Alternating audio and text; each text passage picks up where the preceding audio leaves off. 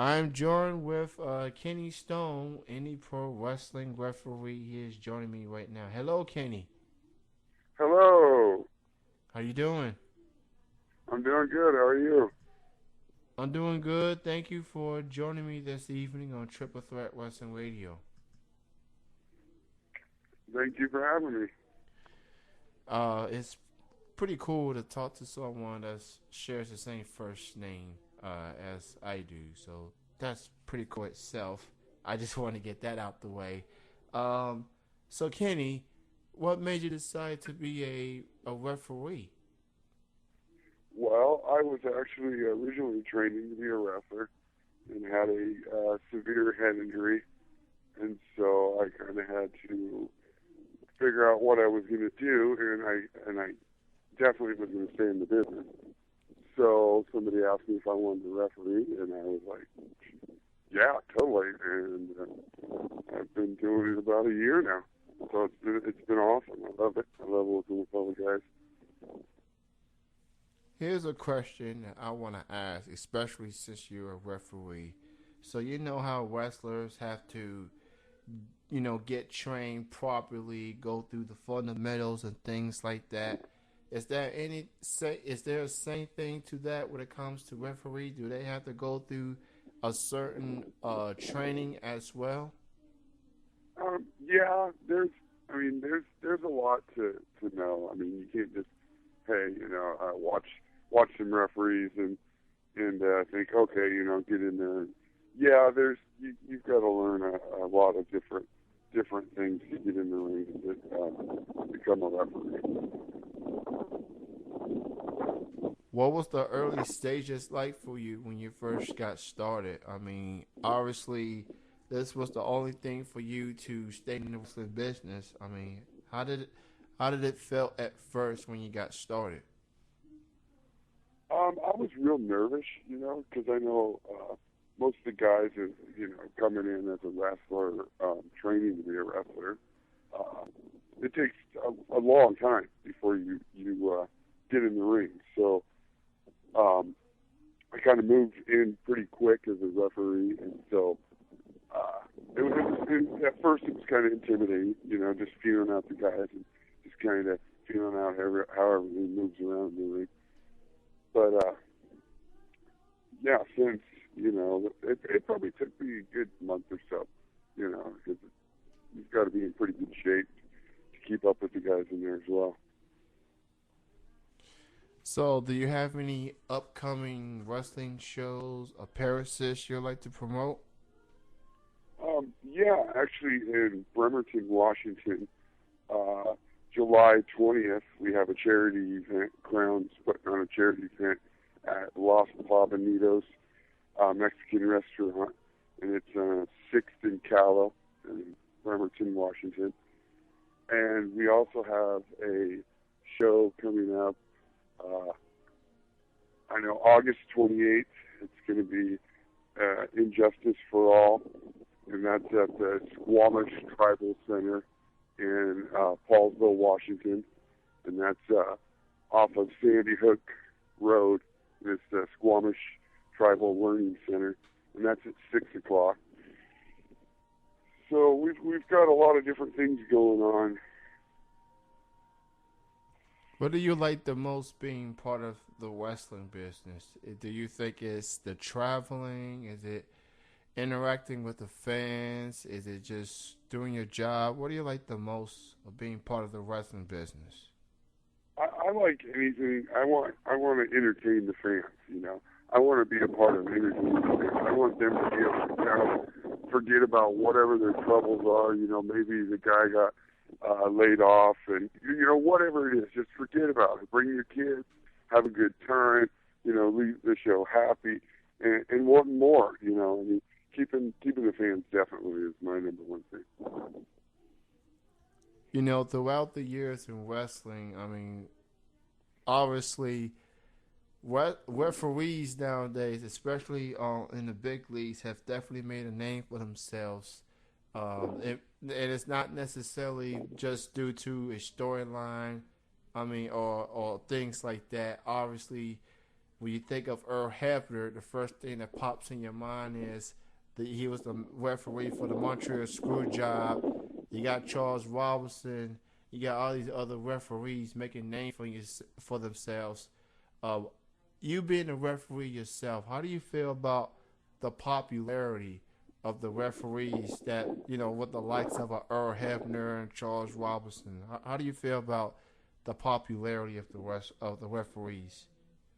I think it's great. I mean, they're out there doing their job, every week.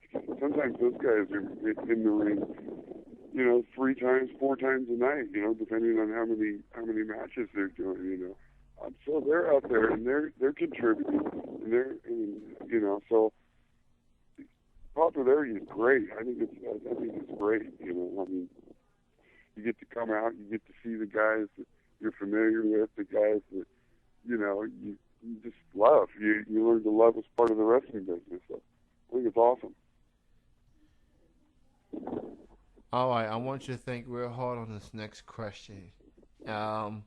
You being the referee and all, if you can be the referee of a dream match, it could be wrestlers from the indie circuit or it could be wrestlers from the pros. If you could have referee one dream match, who would you have in a dream match to officiate? I've actually thought about that. As being an official, and putting a lot of thought into that.